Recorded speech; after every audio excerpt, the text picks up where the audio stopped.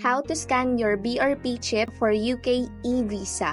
Start your application by creating a UK Visas and Immigration account. When you reach the identity verification stage, you'll be instructed to open or download the UK Immigration ID Check app. To scan your BRP, take a picture of the back of your BRP using your phone's camera. The entire card, including the numbers and letters at the bottom, must be inside the frame. You'll then be asked to take a picture of the front of the card. To check your documents information, remove any cases or covers from your BRP and phone. Select Check Now in the app. When instructed, place your phone on top of your BRP. You'll hear a beep when the chip is recognized. Move your phone around the card until the app recognizes it. The chip is located on the back of the card. Take a photo of yourself against a plain background with even lighting. Follow the instructions in the app. Once you have confirmed your identity, you can complete the rest of your application online.